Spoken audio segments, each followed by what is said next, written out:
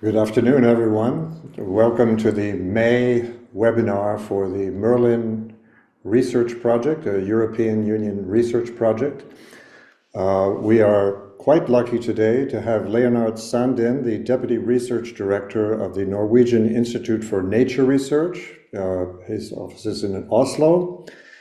He has a background in river ecology and has been more recently working on nature-based solutions, which is the main subject of today's seminar, where he's going to summarize the parts of the Nordic Council of Ministers 4-year visions program for nature-based solutions. As he corrected in our chat, I appreciate, there will be 2 projects that will be presented today. One is the situation and then the summation projects, which include policy frameworks involved in nature-based solutions. This should run about 30 minutes. It may run a little longer, and we should have 20 plus minutes for questions. We have some flexibility there. Please put your questions in the chat. I will monitor them, and we can call on you in turn when the question and answer period begins. So Leonard, thank you so much for coming. The floor is yours. Thank you so much. Hope this works. Am I sharing the screen now, or do I have to re-sharing to share again, I think? Now it works. Is it working now? Okay, yeah. That's great. So thanks everyone for coming. Hope you'll find it interesting to hear something about the NBS work that we've done in the Nordic countries. First of all, I'm working at Leonard, the Norwegian Institute for Nature Research. I used to work at NIVA, the Norwegian Institute for Water Research, and a lot of the work I'll be talking about today started when I was at NIVA. So the first project I'll talk about, situation, was run in collaboration mainly with Isabel Seifert-Dan, and then the summation project was led by Line Barkved. I know at least Line is online, so if there's any tricky questions in the end, we can maybe help each other to answer those. So NBS in the Nordics, the Nordic region, the 8 Nordic countries, the 5 sort of usual ones, including also Greenland, the Faroe Islands, and the island of Åland, has a vision for 2030 to be the most sustainable integrated region in the world, which I think is a good target. The council decided some years ago that as part of the solution, they would initiate a 4-year visions program on nature-based solutions, including, I think it's actually now 6 projects, because there's a final one towards the end now on trees in cities. But the original idea was to run 5 projects with a budget of 26 million Danish crowns, around 3 million euros. In relation to this, which might be of interest as well from a policy side, when we presented the first project situation to the Nordic ministers in November 2022, they also signed a declaration of nature-based solutions, focusing on promoting nature-based solutions in the Nordics, upscaling and mainstreaming, and NBS, and focusing on strengthening Nordic cooperation in this area, which was very good, I think. So from a Nordic perspective, the global challenges we have, also our Nordic challenges, of course, how do we mitigate climate change? How do we protect biodiversity? And how can we increase human well-being, are some of the questions we need to answer for the future. And we also know, of course, that the traditional solutions and management options we have is no longer enough to solve the challenges we have. We had the big flood in Copenhagen in 2011, for example, and some really big fires in Sweden in 2018, and other disasters like this as well. So what the Nordic Council decided to do was to put out bids for running these 5 projects that they envisioned. And we were lucky enough, when I was at NIVA again, to win the first bid, which was this the synthesis and mapping project on NBS in the Nordics. So together with partners from Luk in Finland, Lund in Sweden, Nordic University in Denmark, and the Agricultural University in Iceland, we produced this report that you can see on the right-hand side. It's you can download it from the Nordic Situation webpage, which synthesizes and maps the status of NBS in the Nordics in 2021, 2022, when we wrote this report. A few sort of things that came up when we worked on this. One of the main things was actually, how do we define NBS? What is NBS to us? And we came from quite different areas. It was we decided to focus on ecosystems. So when putting together this working group, the idea was to have a forestry partner and agricultural partner, water or wetland partner, and an alpine or mountain partner. And we came together with different backgrounds and different sort of entrance points to this. And we had long discussions. It took us almost a year to sort of come to terms with what we meant by NBS. And I think actually one of the outcomes from MERLIN, this paper on what are nature-based solutions and what's restoration, it's an important part of that discussion for us. Another thing that was really important also for the Nordic Council was that NBS is not only about climate. We really had to have a strong biodiversity component as well. And it was also really important that this wasn't greenwashing, that it was actually things that was working out in practice as well. And that was when we did these projects, that was one of the main parts that we focused on quite a lot. So what did the Nordic Council want from us then? They wanted an overview of NBS projects in the Nordics with a catalog. That catalog is online now. It's an Excel file that you can download if you want to. I think it has around 60 different NBS projects in the Nordics, different types of projects, different kind of interventions, and so on. They wanted cost of benefit analysis and a gap analysis of NBS.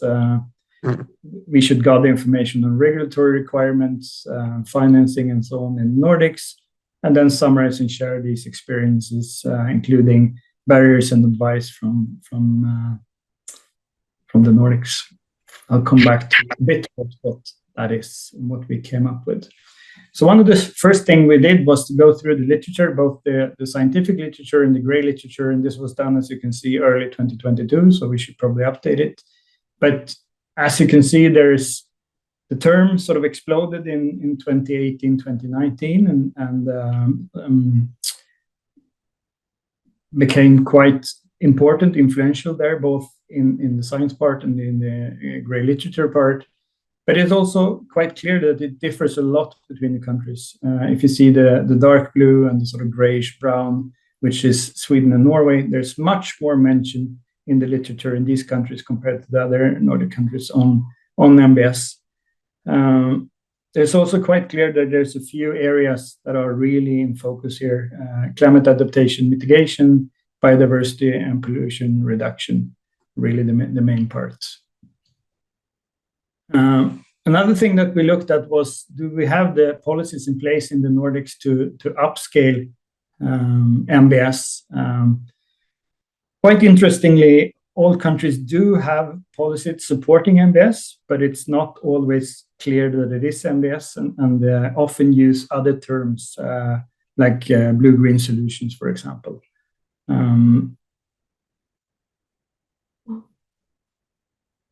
And we're not certain if the current policies are strong enough for a fast increase on the uptake of NBS. Also, these policies often talk about biodiversity, or it's mentioned, but how the biodiversity is supported through NBS is rarely specified. So it's quite unclear how this is happening in practice, or if it's happening in practice. Another thing that came up in this work that we didn't really think about from the beginning, I'm just mentioning it as part of what came out that might be interesting, is the importance of land use and how we use the land that we have. I mean, if we're going to implement NBS, that means that part of land is either conserved, restored, or recreated in some way, which means that it can't be used for other purposes. So if you would like to put a factory here or build some houses or whatever, there's a sort of a competition for land, and that's a NBS that we weren't really taking so much into account when we started the project, but it became more and more important as we went along in terms of how do we actually implement NBS, where can we implement NBS, and what are the barriers to NBS implementation. If you look at what types of NBS that are actually implemented, if you take Norway as an example, the 5 sort of main types of NBS, so climate change adaptation, treatment and runoff from roads, agriculture, and contaminated soils, marine protected areas, river and wetland restoration, and then maybe especially different types of urban NBS. Interestingly, also, Norway is the only of the Nordic countries, at least at that time, who actually had in the law that NBS had to be considered before deciding on other solutions. So, as it said there, if other solutions than NBS are chosen, an explanation must be given as to why nature-based solutions have not been chosen. And my former colleagues at NIVA, Ingrid Furuset, and others have done a follow-up project on this one to see if this is actually, how this is actually implemented and what the municipalities do in terms of evaluating this. So, finalizing the situation project, what challenges in terms of NBS implementation that we discovered in the project? There is still knowledge gaps in terms of technical and natural scientific knowledge. Do we know enough to actually implement NBS well? There's shortcomings in terms of the long-term monitoring and evaluation of NBS. I know that MERLIN is doing a really great job here, actually following up and checking how NBS implementation is working. Within the project, we had quite a lot of discussions about the definition of biodiversity net gain. What is this in practice, and how do we measure it? So that was one of the areas. And then gaps in terms of implementation for practitioners. Do they have the technical know-how and the ecological skills to actually implement NBS? Lack of money, sometimes policy and governance challenges, stakeholder involvement and collaboration. It's also quite important in these projects to have the cross-sectoral structures in place in order to implement NBS. One thing if you could please turn off the microphone, whoever is talking. And also the governance model in the public sector sometimes put up a barrier, as it's usually designed to address one environmental problem at a time. And here we try to take a sort of holistic approach to management of ecosystems. So we produced quite a few things in situation. One was a policy brief, and the main recommendations from that one is that we need political prioritization to make NBS mainstream. Better funding structures needed, standards and guidelines. I'll come back to that a bit. The monitoring and follow-up and cost-benefit evaluation is needed. And also, of course, appropriate institutional structures, procedures, and policy instruments. Come back to that a little bit as well. So, among other things, we produced fact sheets on NBS in the Nordics for different ecosystems. Here are 3 examples. The report and everything is online, as I said. Then the Nordic Council decided to fund 8 practical NBS implementation projects, pilot projects. I'll talk a little bit about those in a minute. And with Line Barkred as lead, we won another bid to follow these 8 pilots. So we weren't actually involved in implementing anything, but to follow and summarize the insights from these pilots. That report is coming out very, very soon. There's a final draft that we just have checked and I think resubmitted to the Nordic Council. So it should be out any day, hopefully. So what did we want to find out from these pilots? really focusing on what has worked, what challenges did they have through the different project phases, and how did they perceive the way forward from applying for money, planning the project, and so on. What kind of things did facilitate or support the work they were doing? What factors enabled success, and what obstacles did they counter? And what were the key lessons learned from these pilots? We tried to follow the whole sort of chain of implementing nature-based solutions, and we did that through questionnaires and workshops, both physically online and individually, and in groups as well. One problem we had was that most of the projects hadn't finished by the time we had to finalize and submit the report. So we followed them partly through the whole their whole cycle. So from a MERLIN perspective, out of the 8 pilots, I think these 4 are the 4 ones that might be of most interest. They're sort of watery ones. There was one on the island of Åland on multifunctional wetlands for water quality improvement. There's a Finnish one on stream and watershed restoration. There's a Norwegian one on stream bank stability and stream bank restoration.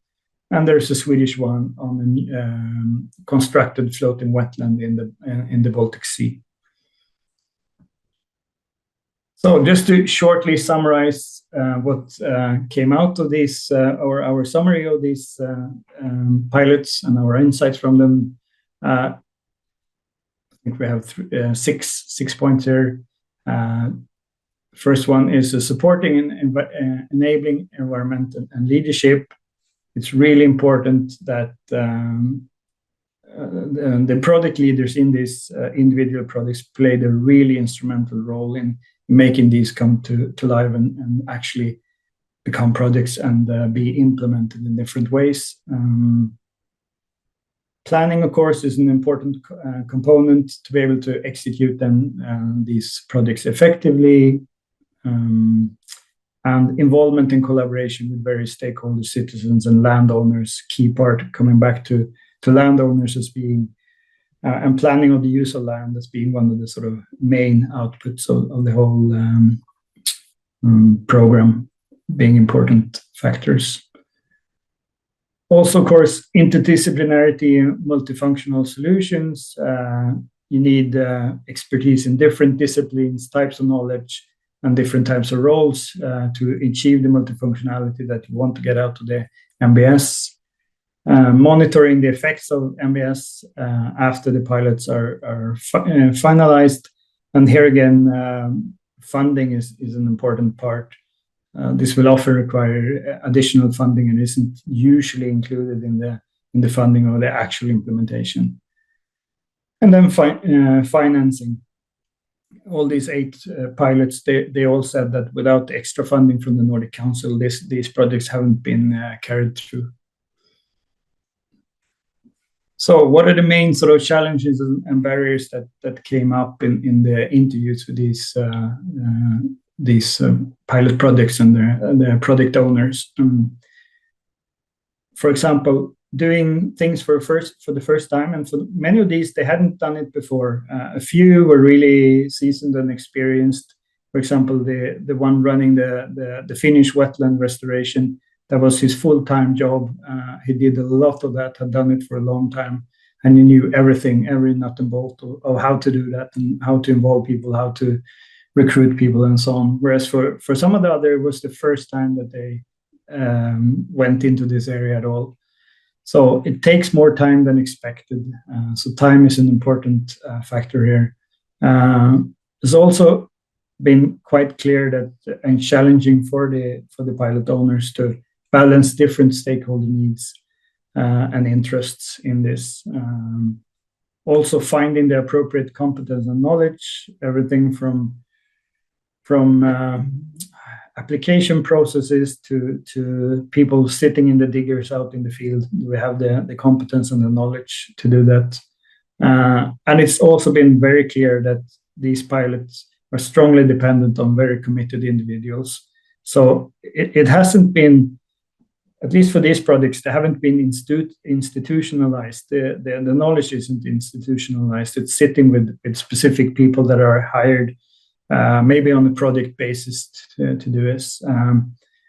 And quite interesting, as one of the project owners said, to implement NBS, it's not just about the environment, it's about the people. So involving people, discussing with people, hearing their opinions and so on has been super important for these projects to be a success. In terms of success factors and enabling conditions and mechanisms, you need to tailor the solution to the local conditions. You need, again, back to multidisciplinarity or interdisciplinarity, you need a team that could take on all roles of a project and also enable dialogue and collaboration among these different people. Many of the NBS projects are more about people than the environment in one way. Things will always happen, so you have to be flexible and plan for the unforeseen. Holistic thinking is also crucial here. You have to take the sort of helicopter perspective and look at the societal challenges at hand. One or a few other projects have really focused on including children and young people and making them NBS ambassadors, which I think is a really clever and good way to do this. And it is important, again, to plan for getting people involved through participation, coordination, and their engagement. Just to shortly finalize this, there's 2 more projects in the pipeline. I'm co-leading one together with Tessa Barkman at NINA called Guide NBS, where our task is to publish an online guide or handbook on implementation of NBS in the Nordics, focusing on the 6 major ecosystems. And the idea is to have the guide available in 7 languages, as you can see above. We have 5 other partners or 6 other partners in this project, including NIVA. And the other project is called Advice. It's run by Caroline Enge from NIVA, and it's focusing on the policy side. So summarizing what policies exist in the Nordics on nature-based solutions, and then come up with recommendations for how policy needs to be implemented or developed in the future to upscale NBS. Just a short plug towards the end, Network Nature, I'm quite sure MERLIN is a member of Network Nature, or Network Nature Plus as it's called now. Network Nature has these hubs, and we've started a Nordic hub on NBS. So if you're working in the Nordic countries or interested in what's been done in the Nordics, you can sign up for the hubs. We're organizing a final conference of the whole Visions program in Malmö in September this year. I can put the link in the chat after my presentation if anyone's interested in joining. That will be in English. So again, this was far from a one-man job. It's been a lot of people involved in doing a lot of going through literature, writing reports, and so on. So I want to thank especially Isabel and Line, but also Ingvild, Tessa, and Caroline has done a lot of the works, and all the partners in both Situation and the Summation projects. Thank you.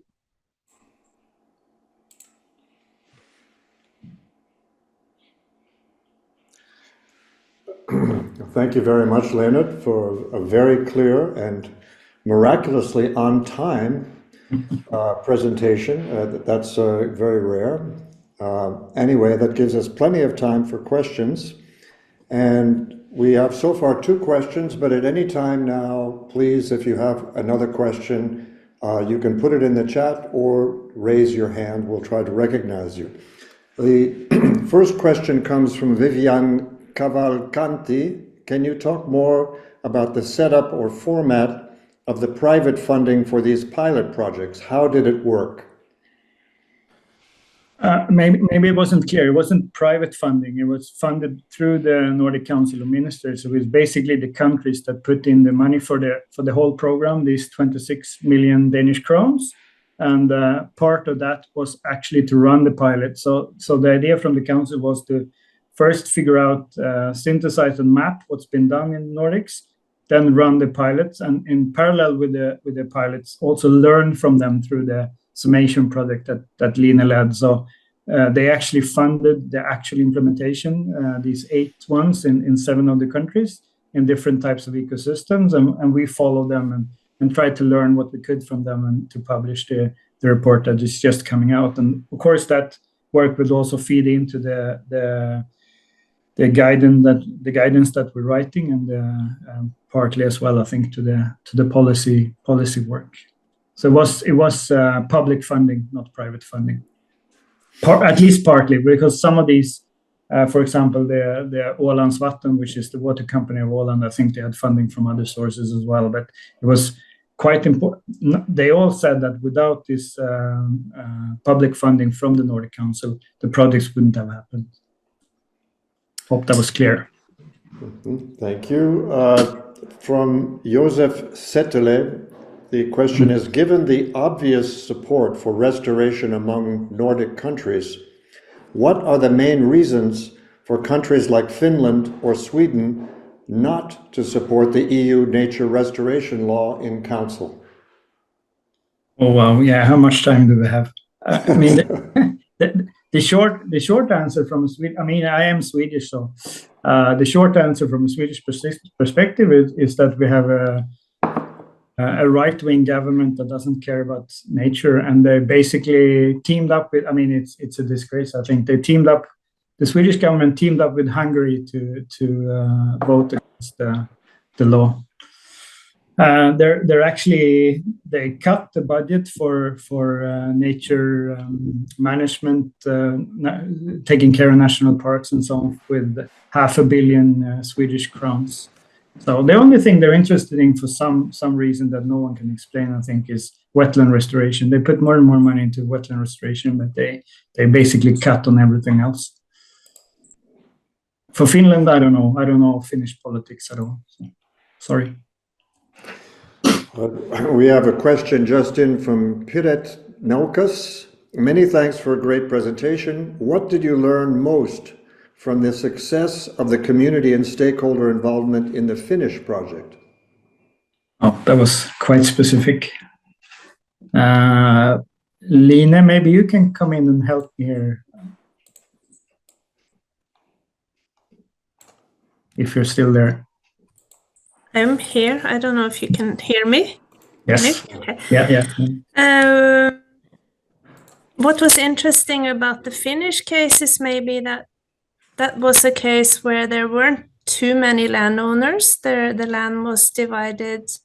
They already had the public, a lot of the land where the restoration was going to take place, in a way cleared. But regardless, also the project leader from Finland really emphasized both the need of importance of involving those stakeholders that were particularly landowners. That was in all the cases, those who already owns or land, or that where restoration will take place or will be impacted where restoration will take place. So also, I know in the Finnish case there were some challenge, just practicalities of getting hold of the people you need to get hold of when you need to get hold of them. So again, just this importance of realizing that it will take some of your time managing stakeholders, but I don't know. I don't think that there are any particularities in that compared to the other Nordic cases. What's very interesting about the Finnish case is the amount of land that they have been working. They've been working very large scale.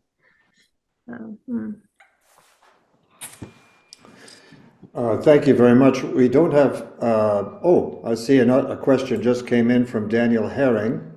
Are there any plans to more strongly involve private financing in nature-based solutions and restoration in the Nordic countries, or successful case studies?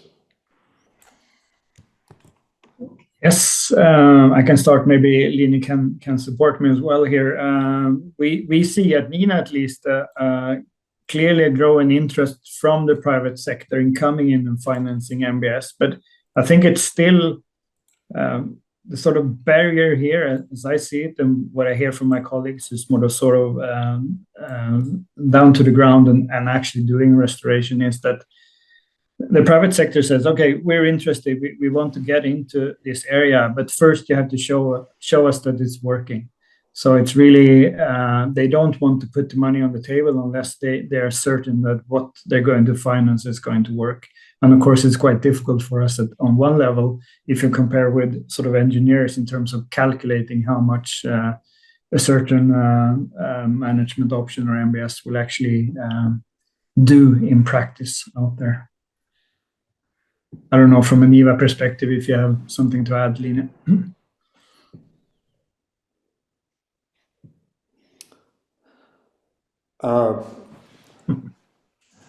I don't see any other questions, so maybe as moderator, I'll take the liberty of asking one myself. One of our most successful river restoration projects in Austria took 10 years of continuous financing on the Drau River for restoration. And I am currently involved in another project on fire risk and nature-based solutions in Europe. And there, the stakeholder involvement is something where what we start talking about is not where we're going to end up. In other words, they would like to introduce megafauna, large, like horses and others, to knock down vegetation and lower the fire risk. But eventually you have to control that by bringing in predators. They're not ready to talk to stakeholders about bringing in wolves. So I'm wondering, these projects that you've been mentioning with stakeholder involvement, these are really only like 1-year discussions, 2-year discussions? In other words, we're just kind of at the beginning of long-term, long-term engagement. Is that a proper characterization of it? I think most of them are relatively, call it small scale, yes. Of course, there's been, I think for many of them, they were in the making or in the planning, and then this possibility for funding came up at the right time for them to go for it. So of course it didn't come out of nowhere, but it didn't. I don't think many of them have been sort of 10 years in the making. I think it's relatively short term, and most of them are not super small scale, but it's it's one river or one part of a wetland and so on. So, and I think the controversy lies more in the again, back to the land use. I mean, how do we use the land that we have, and the local stakeholders might have other ideas of how to use this land. Should it really be restored or whatever it is, or should it be used for other purposes? Or also, I think it's quite clear and quite common that people have a perception of what nature looks like, and that the memory for that is relatively short. So if you, I mean, from a Swedish perspective, again, we started to take down quite a lot of dams in rivers, and I have a colleague who works a lot on that, and the local stakeholders, if they used to see a lake surface, even though it's not at all natural, if it's been there for 20 years, they think it should be there forever, because that's how they perceive that area and that piece of nature.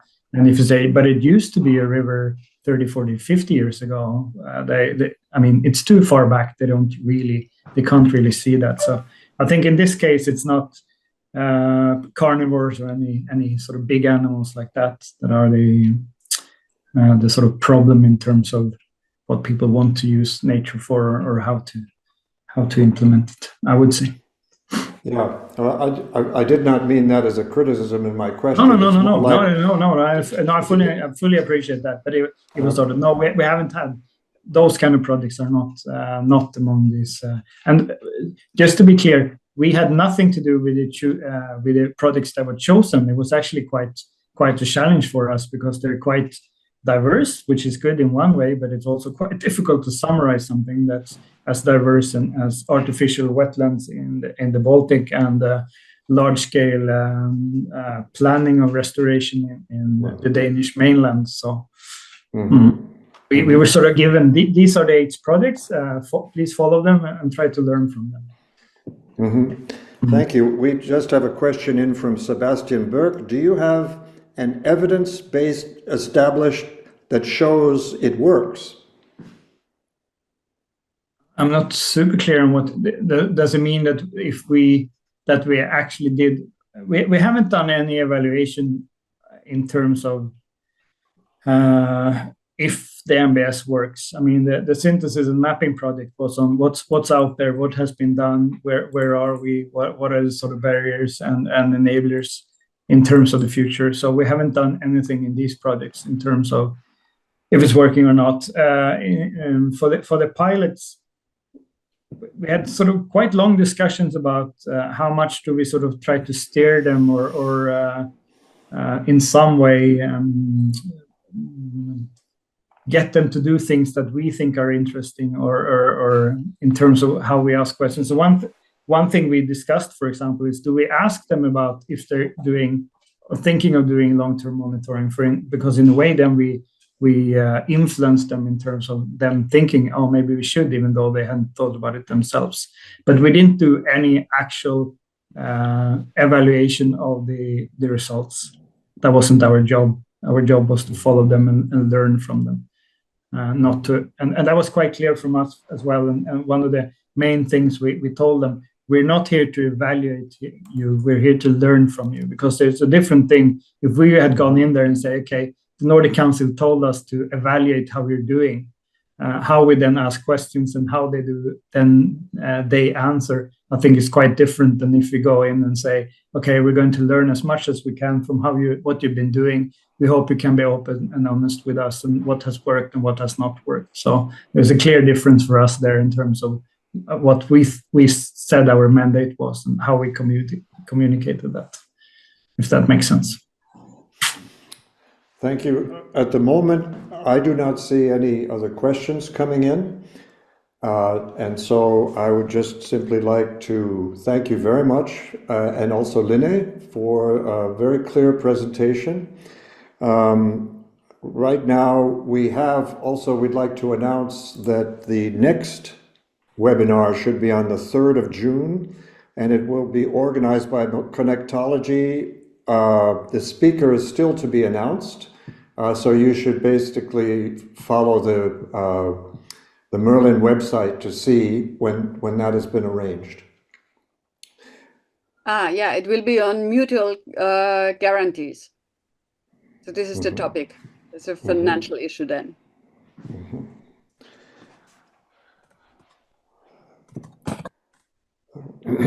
Well, I think that's all for today then. Thanks, everyone. We will see you then on the 3rd of June. And thanks again to Leonard and Line for excellent presentation. Thank you. Leonard, also from my side, thank you. Thank you. Bye-bye. Bye. Thanks a lot. Thank you. Yeah.